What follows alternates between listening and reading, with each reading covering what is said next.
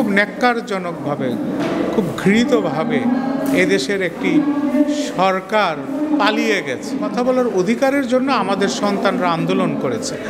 যে সন্তানরা রাইফেলের সামনে দাঁড়িয়ে বলতে পারে বুকের ভেতর দারুণ ঝড়, বুক পেতেছি গুলি কর, তাদেরকে পৃথিবীর কোনো শক্তি, কোনো জল্লাদ, কোনো ফেসিস্ট আটকাতে পারে না। তৎকালীন জল্লাদ স্বরাষ্ট্রমন্ত্রী বলেছিলেন যে তোমরা গুলি করো না কেন? একজন সিপাহী তাকে উত্তর দিয়েছিল, স্যার একটা গুলি করি 5টা বুক পেতে দাঁড়ায়।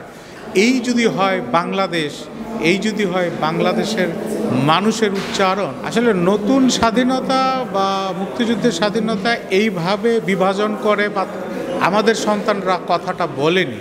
তারা বলেছে স্বাধীনতা, নতুন করে স্বাধীনতার স্বাদ পেয়েছে। এটিকে সংক্ষিপ্ত হতে হতে মানুষের মুখে মুখে বিকৃত হতে হতে একটি জায়গায় পৌঁছেছে। আসলে স্বাধীনতা, সেটাও স্বাধীনতা, এটাও স্বাধীনতা। আমরা দেশ পেয়েছি, পতাকা পেয়েছি, কিন্তু কথা বলার অধিকার কেড়ে নিয়েছিল মাঝখানে কিছুদিন। এই কথা বলার অধিকারের জন্য আমাদের সন্তানরা আন্দোলন করেছে। যে সন্তানরা রাইফেলের সামনে দাঁড়িয়ে বলতে পারে বুকের ভেতর দারুণ ঝড়, বুক পেতেছি গুলি কর, তাদেরকে পৃথিবীর কোনো শক্তি, কোনো জল্লাদ, কোনো ফেসিস্ট আটকাতে পারে না।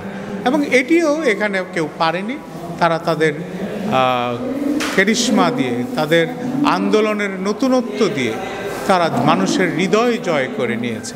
আপনাদের নিশ্চয়ই মনে আছে যে তৎকালীন জল্লাদ স্বরাষ্ট্রমন্ত্রী বলেছিলেন যে তোমরা গুলি করো না কেন? একজন সিপাহী তাকে উত্তর দিয়েছিল, স্যার একটা গুলি করি 5টা বুক পেতে দাঁড়ায়। এই যদি হয় বাংলাদেশ, এই যদি হয় বাংলাদেশের মানুষের উচ্চারণ, তাহলে তো স্বাভাবিকভাবেই বিজয় এগিয়ে আসবেই, বিজয় ধরা দেবেই। এবং সেটি ধরা দিয়েছে। এবং খুব ন্যাক্কারজনকভাবে, খুব ঘৃণিতভাবে এদেশের একটি সরকার পালিয়ে গেছে।